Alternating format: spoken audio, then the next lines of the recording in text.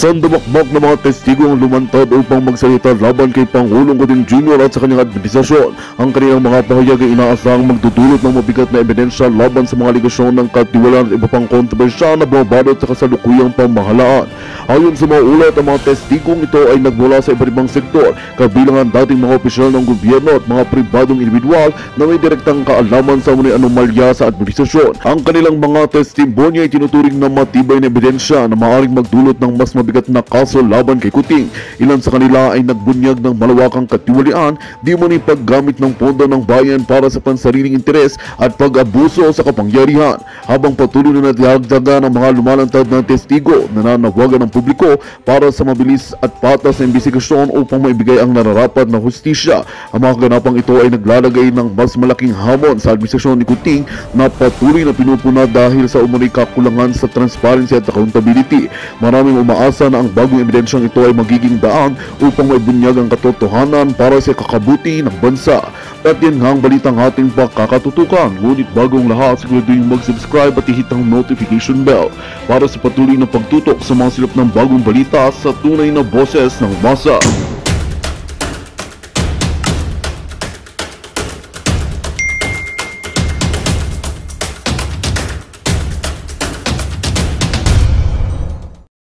Hating kilometro, maiksi lang yan. Yung People Power Monument doon sa may Corinthians, di ba? Oo. Yeah, good. Kung hindi lagpas ng 1 kilometer. 500 meters. Malapit lang yan. Malapit lang yan. Si JM ba pwede po kami mag-march doon. Tingnan po natin kung ano ang balak ng mga leaders ng mga taong nandito. Kasi syempre, meron naman sa kanilang mga nagdala dito, di ba? Na mga halimbawa, mga grupo ng mga kababaihan, grupo ng mga kababayan nating Muslim, ganyan.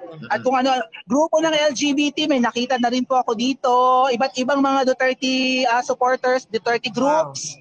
Depende po sa kanilang mga group leaders kung ano ang plano nila. Pero so far po nung tinanong ko, since nagwo-worry po sila na wala kasing ilaw doon sa People Power Monument, baka hindi po may guarantee na pumunta ang tao doon, yung safety nila baka makidnap, madampot. Dito po kasi malakas ang signal, kayang mag-live ng mga vloggers, maliwanag, maraming CCTV sa paligid, mas safe po ang lugar na ito sa gathering.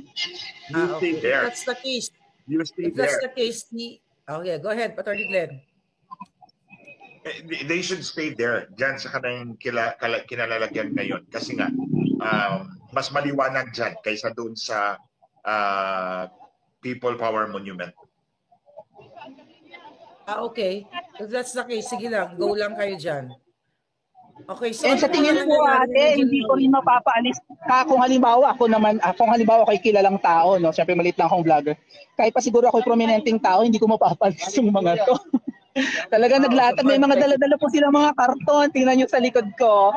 Talaga pong hindi sila aalis hanggat hindi bumababa yung tamad na namumuno kung siya talaga ang namumuno. Sige. Attorney Glenn, sige, mag-usap na kayo ni Maui, meron lang akong tatawagan na kaibigan. Maui. Yes, Attorney Glenn. Si Bangag will not attempt to do that. Kahit pa Bangag yan. Kasi alam niya, the moment na may masaktan na mga tao dyan, worse may mamatay. That's the end of this regime ng mga drug addicts. Alam nila yan. Alam nila yan. They cannot spill blood. If they spill blood, wala na sila sa Malacanang bukas. Alam nila yan. Kahit isa lang dito na masaktan, maging duguan. Nakaabang ang media, ang daming vloggers. Nakabang media kahit ang mga ordinaryong tao. Kasi sila ko yung nilalapit ko yung mukha ko sa phone para lang kasi hindi ko kayo masyado marinig. Ayan, nakaabang ang mga vloggers. Even yung mga ordinaryong nandito, bubuhayin nila ang kanilang camera sa kasakali mang merong sumunod sa utos ng mga bangag at saktan na ang mga ordinaryong tao. Huwag naman nilang saktan ang mga nandito. Alam nyo kanina nung nandito. Hindi nila gagawin yan. Kilala ko si Marcos. At least yung lalaki kilala ko. Duwag yan eh. Duwag yan. Hindi niya gagawin yan. Kilala ko yan, duwag yan eh. Si Marcos Jr., ay naku, puti ang itlog niyan. Ayan. At saka isa pa pong i-raise ko lang Ate Marlica, Attorney Glenn Chong, huwag naman nilang kawawain ng mga to. Ito'y kita nyo naman, di ba? kung hindi nga ito ibili ng pagkain ng mga katulad ni Ate Maharlika at sino pang mga tumutulong ng mga kababayan nating OFWs, walang-wala. Kanina nanlibre po ako ng buko salad sa mga nandito. Nag-agawan pa. Talagang may matanda pa nga po na nadambahan, magsa-stampede pa sa iilang pirasong buko salad or parang ice candy. Kawawang-kawawa pong talaga. Wag naman nilang kawawain pa, lalong maghuramentado ang buong Pilipinas sa gagawin nila. O hindi nga nila gagawin yan. Alam ko, kilala ko si Marcos, puti yung itlog niyan eh. Maya, ikwento ko bakit sinabing duwag yung unggoy na yan. O duwag yung unggoy na adik na yan. Anyway, Maui, matanong lang kita, may mga nagbebenta ng pagkain dyan? Mayroon ng vendor kanina. So far, ang nagbenta pa lang kanina dito ng pagkain at dapat nga namin ipanawagan yan. Ang nagbenta pa lang po dito ay yung balot. Ayan, yung kanina yung ice candy nga na parang buko salad, di ba, ibang flavor. Yun pa lang so far. Naghahanap nga po kami at nag-aabang kami. Sana may... Naputol na sir. Naputol siya. Sa mga kababayan po nating nagtitinda po ng pagkain, kung gusto po ninyo, pumunta po kayo dun sa EDSA. Kasi alam namin, ang mga kasama natin, nangangailangan din ng pagkain yun. So, kung walang pagkain dumating, at least may mabibili sila. Punta po kayo doon. Bakit nawala si nag-free siya, baka, tingnan natin siya. Minsan, may... Ate Claire. Oo. Mga kababayan, ito tayo kung bakit ko sinabing duwag at puti ang itlog nitong Marcos Jr. na to. Yeah. Ito para may kinalaman doon sa kaso. Tuloy mo lang, brother, habang inaayos ni Maui yung kanyang link, yung kanyang signal. May kinasuhan kasi ako isang kernel eh. Yung kernel ng HPD, kinasuhan ko yun. At nagpasabi itong mga bangag na to na huwag mong isama yan, huwag mong kasuhan yan kasi sira ulo yan. So in other words, takot pala sila. Kaya sabi ko, puti nga yung itlog ni Marcos Jr., ni bangag, ng unggoy na bangag, ng bangag na unggoy na to. Puti ang itlog niyan. Takot yan, no? Hindi, duwag yan eh. Imagine ka, ako, I was nobody. I was just a former congressman. Siya, Marcos na siya. Natakot pa siya sa isang kernel. Ako, kinasuhan ko talaga yung kernel na yon. Kinasuhan ko talaga yung kernel na yon. Although nagpasabi silang wag mong kasuhan yan. Wag mo nang pakialaman yan. Kasi siraulong kernel yan. Sabi ko, kung siraulo siya, mas siraulo ako. Kinasuhan ko. Pampalin natin yung pagkasira nila. Correct. Pumalag talaga ako. Although si Marcos, ayaw na niya. Kasi nga, sabi ko nga sa inyo, puti ang itlog, duwag. Duwag. Ang lang niya, yung cocaine lang talaga ang nagpapalakas pa niya. What matters to him in his life is cocaine lang talaga.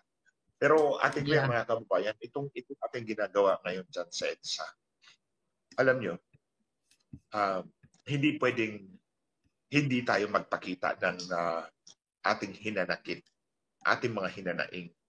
Kasi po, nakita na po natin kung paano nila inapi si Attorney Harry Roque at ang kanyang asawa. Di ko ba? Yeah. Ginagamit nila ang plenary powers ng Kongreso kasi nga hawak ng kanilang idiot na pinsan. Si Martin Romualdez, idiot talaga itong taong ito eh. That's true. Kumukulo talaga ang dugo ko dito sa bangag, sa puta at sa idiot na to.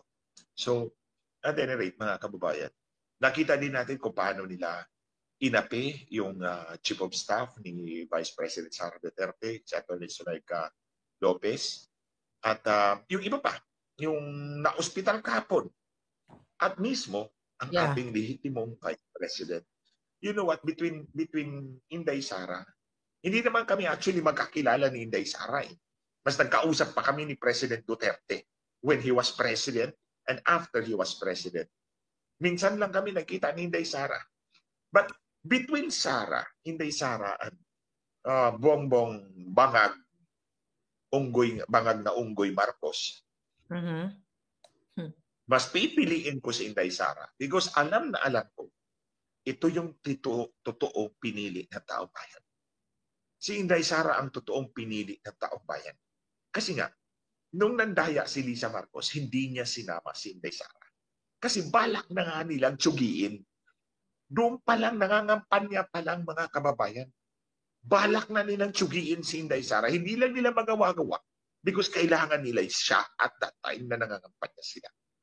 Pero eventually, nasa plano na talaga nila na they will sideline, sidestep, and thrash Inday Sara. Crush her if they have to.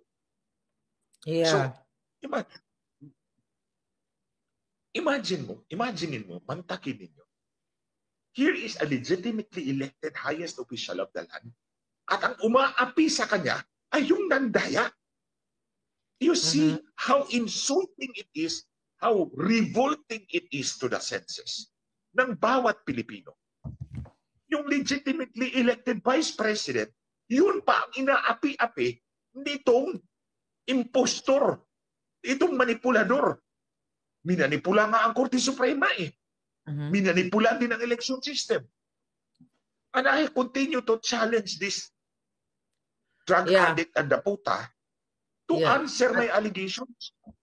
Ayaw sumagot sa atin. Yung case nga na inaantay ko sa kanila, ayaw pa rin nila, ayaw akong kasuhan tungkol dun sa video na ipinalabas ko dito nang nandito tayo. But anyway, bago ko makalimutan, Attorney Glenn, sa lahat ng mga pupunta o baka gusto nyo mag-donate ng mga flaglets at saka candle, ayan, sana, ayun. Aba, may mga nag-ano na pala, mga nagka-candlelight na, Kaso lang, wala tayong field reporter. Teka lang. Ano meron tayong field reporter? Na-freeze yung ating screen, Oo. Teka, ito, nawala yung ating, ayan yung kanina, yung interview ni Ka Eric. Subukan natin. Subukan ko lang. Sige, Attorney Glenn, tuloy mo lang dyan. Kausapin ko lang to. Baka pwede tayong makahingi ng footage. Ako na muna mga kababayan ang magdadakdak dito. Dakdakan muna dyan dahil ito yung nangyayari ngayon, no? Pakita ko, kaya maghanap tayo ng baka pwede tayo mabigyan ng video. Ayan na pala, madilim na. It's actually dark already. Anong oras na ba? It's already dark. It's 6:26. Actually, dito sa Pilipinas at here, mga kababayan, for those of you outside of the country, by 5:30, madilim na actually. Nito mga araw na to. Now, anyway, mga kababayan, ito yung gusto kong ipaabot sa inyo at isipin ninyo. Si Inday Sara was legitimately elected by the people. Hindi nga siya sinama sa dayaan ni Lisa Marcos. Dahil nung palang kampanya, binalak na nilang gurgurin si Inday Sara. And naawa talaga ako sa kanya, given all these things that is happening now, naawa talaga ako sa kanya. Na, here is a person who gave her 100% trust kay Marcos. Di ba? Si Inday Sara gave her 100% trust kay Marcos. Kasi kung hindi naman siya nagtiwala kay Marcos, edi tumakbo na siyang presidente. But the fact that she slid down, nagpakumbaba siya, bumaba siya to number 2 instead of number 1, that is proof, mga kababayan, na walang ulterior motive itong babaeng to. Walang ulterior motive si Inday Sara, mga kababayan. Kasi willing siya mag-slide down to Vice President. And she completely trusted, little did we know, ngayon lang naman talaga lahat ito lumabas.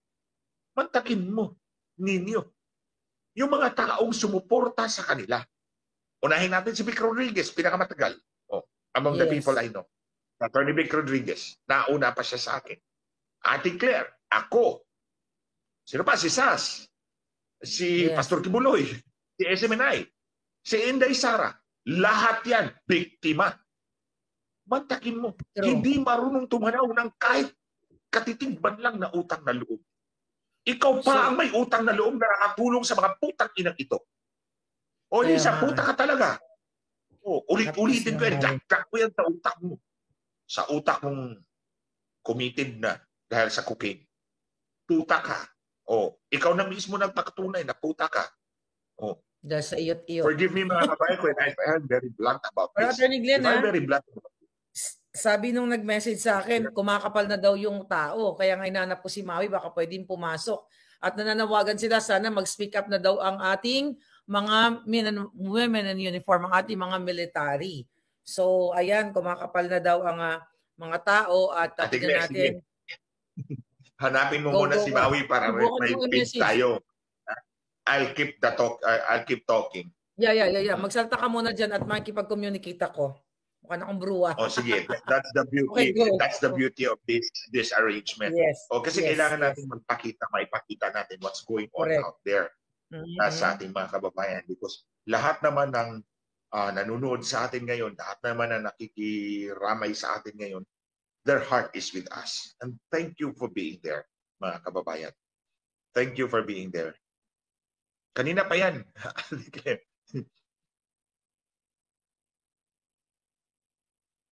Kanina pa yata yan kasi may araw pa eh. Wala nang araw dito ngayon eh. Anyway, mga kababayan, balik tayo. Hindi, pinapakita ko lang yan, brother, kasi habang inaantay natin yung current, yan yung kanina ng mga tao. Okay, so, sige. mas marami pa Sige. ngayon. Do your Okay, thing muna. tinatawagan Hanapin lang mo muna ako. si Maui para meron tayong live feed. Kaya nga, Ngayon. hanap tayo ng live Anyway, feed. Sige mga lang, magbati kababayan, ka muna dyan at magchika ka muna dyan. tingnan ninyo yung injustice na ginawa nila kay Inday Sara. The injustice did not come only today. Did not come only yesterday. It actually started nung campaign period pa lang. Campaign period pa lang, dihado na masyado si Inday Sara. Dahil while si Inday Sara entered into that political marriage, okay? It's a political marriage, sabihin natin. While Inday Sara entered into that political marriage with her heart pure, her intentions clean, malinis naman yung intensyon ni Inday Sara. In fact, nagpakumbaba siya, bumaba siya, nag-number 2 siya instead of tumakbo siyang presidente. That itself is proof that this person has no ulterior motive. Walang masamang budhi. Hindi tulad ni Marcos at ni Bruhang Puta na nagmamaniobra na pala. Nagmamaniobra na pala. Doon pa lang nagsimula. Doon pa lang the injustice against Inday Sara already started. Then nung nakaupo na sila, I don't believe that itong confidential funds, pain ito eh. Bitag to ng mag-asawang Marcos with the connivance of the idiot. Okay. At least yung idiot nakapag-isip. Mga kababayan, sorry, Attorney Glenn Chong, may mga breaking news tayo. So, ayan, Rafi Tima of GMA News. Ayan, no? Andyan daw, parating na yung mga media. Sana iulat nila ng tama, ano? Nasa na ba yung mga field reporters natin? I'm so excited. Asa na yung mga field reporters natin? So, ito, pinipicture ng ating mga followers, ano, na sinesend sa atin, Attorney Glenn. So, alam mo, Ate Claire, pag dumami pa yung tao na yan, that's the start, mga kababayan, for the ball to roll. Yeah. Kaya nga mahalaga na lumabas tayo, ipakita natin ang ating sentimiento dahil hindi po pwede na itong ginagawa ng mga drug addicts na to, the president who is a drug addict and the first drug pusher lady of the Philippines, hindi pwede. Ako, on my part, it's not acceptable to me to be led by a drug addict. You see, kung nagawa nila ito ni Inday Sara, pwede nilang gawin to sa akin, and in fact, they did it to me and to all of you. Yan ang tandaan nyo, mga kababayan. Wala silang sense of loyalty.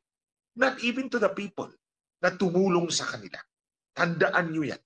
Attorney Vic Rodriguez, si Maharlika, ako, si Sas, si Pastor Kibuloy, si SMNI, si Inday Sara, and many others. Yan, pinapatunayan lang nila sa inyo na wala silang sense of loyalty. Wala silang utang na loob. In the same way, kahit pa binuto ninyo sila ng totoo, wala silang pagtingin ng utang na loob sa inyo. All they care about is how to maintain themselves in power. Yan. They are so hungry for power. Uhaw talaga sila sa kapangyarihan. Kaya nga, pag sinabi ko, tatak Marcos, tatak Kabatan, kung sa Bisaya pa, hangul kaayo sa puder. Hangul kaayo sa puder. Sa itong mga kaisunan niya Bisaya. So, who will stop them? Ito ngayon, the only person who could probably stop them is Inday Sara. But they are trying to crush her now. So what are we going to do? The best thing we can do, mga kababayan, is rally behind the legitimately elected Vice President. Kasi ang kalaban niya is a manipulative drug addict, not duly elected by the President. Kasi paulit-ulit kong sinabi yan eh. Hindi ka naman legitimately elected eh. Impostor ka lang dyan eh. Minanipula mo, Marcos, ang iyong mandato. And why should the men in uniform follow their commander-in-chief if he is not a legitimately elected commander-in-chief? He imposed himself. Siya ang nagtalaga ng sarili niya by manipulating the elections, by manipulating with Smartmatic, tinalaga niya yung sarili niya dyan. And every law enforcement agency, every law enforcer has no obligation to follow that person because he has no right to the office in the first place. Yeah. Harry, Si Stokes nakabalik na. Hello, Sige. Pinagpalibang ko muna yung aking meeting sa aking mga abogado. Maya-maya na kami magmi-meeting ng alas 4 na, alas 8 pala ng gabi, no? Nako, good. Kaya tuloy-tuloy muna tayo rito, no? Meron pa akong mga 2 oras bago mag-meeting doon, no? Okay, Pero sige. anyway, alam mo na, kaya naman ako natutukan nandito si Tony Glenn Chong, no? Dahil talagang siya yung nakakakilala sa tunay na pagkatao ng Lisa Marcos, no? At Puta. siya rin yung nakakaalam na talagang walang legitimacy itong presidenteng ito, no? Ginamit na nga si Inday Sara Duterte, nandaya pa dahil alam nila na kapag lalabas ang tunay na resulta na napakalaki ng agwat ni Inday Sara sa kanya, mawawalan siya ng moral suasion, no, na mamuno bilang Yes, presidente. that's correct. Oo. Ang kanyang concern, moral suasion, ang totoo naman, gaya ng sinabi ni Inday Sara Duterte, hindi niya alam ang gagawin bilang presidente. Yun ang problema. So bakit niya pinoproblema yung moral suasion at he is clueless kung ano talaga ang gagawin niya. Yung kanyang tinanong sa briefing room ng NDR-MMC sa kasagsagan ng bagyo, anong gagawin natin? What do we do now? Naku, talagang yun ang talagang ebidensya that he is clueless kung anong dapat gawin ng presidente. Yeah. Revealing yun sa kanyang state of mind. Bangag talaga, walang laman ng utak. Yeah. So, yeah, sige, tignan natin kung may mga kaganapan. Naghahanap lang ako ng makakausap yung mga kaibigan natin doon eh. Sige lang, tignan natin kung ano yung mga comment ng ating mga kababayan habang naghahanap ako ng ating field reporter. Mag-take over na muna kayo ni Attorney Glenn, Attorney Harry. Oo. Well, alam mo, Maharlika at Glenn, no? Talagang confirm na confirm, ha? Wala nang security ngayon ang Inday Sara Duterte. So nananawagan ako ngayon sa MNLF at nananawagan ako sa mga katutubo na nangako na magbibigay ng security kay Inday Sara Duterte. Alam naman natin na talagang nais nilang gurgurin ang buhay mismo ng ating VP Sara Duterte. Kaya lang siguro natatakot ngayon yan, pinapahanap ngayon sa NBI kung sino yung pinagbilinan ni Inday Sara Duterte dahil mukhang itutuloy nila ang plano na gurgurin nila ang buhay ni Inday Duterte. Bakit nila hahanapin yung pinagbilinan ni Inday Sara kung hindi nila itutuloy yung paggurgur sa buhay ni Inday Sara? At sabihin nga nila na walang kinalaman yung pagtanggal nila sa mga gwardya ni VP Sara doon sa plano nilang gurgurin siya. O di ba ngayon, napakadali ng gurgurin ng Vice President dahil wala na nagbabantay kay Vice President ngayon? That's correct. So kung sino man yung napagbilinan, maging listo, no, dahil mukhang tutuluyan nila ang paggurgur sa buhay ng ating Vice President, no? Kaya kung nakikinig ng MNLF leadership, ang mga katutubo, kailangan na po kayo ngayon ni Inday Sara Duterte dahil tinanggal na ang lahat ng kanyang security, kinasuhan pa ng obstruction of justice. I guess obstruction of justice dahil sinamahan nila si VP Sara habang pinipigilan yung paglipat kay Attorney Laika Lopez sa Women's Correctional sa Mandaluyong. Bakit naman maging obstruction of justice yun? In the first place, wala naman legal na basihan yung paglipat talaga, no? Other than yung utos nga ng Quadcom. Pero sabi ko nga, yan ay labag sa saligang batas dahil meron tayong separation of powers. Ang tanging dapat magpatupad ng kanyang order na contempt ay ang Kongreso lamang. Dahil kailangan kung magko-contempt ang Kongreso, dapat meron siyang sapat na kulungan at hindi po pwedeng ibato yung responsibilidad ng pagpapatupad ng contempt sa ibang sangay ng gobyerno. Pero nakikita natin parami na habang lumalamig na ang panahon, ayan na po na-occupy na ng ating mga kababayan halos yung buong service road diyan sa, kung di ako nagkakamali, Ortigas Corner EDSA, no? Yan na po yung sa harapan mismo ng Robinson na occupy na ng ating mga kababayan, no?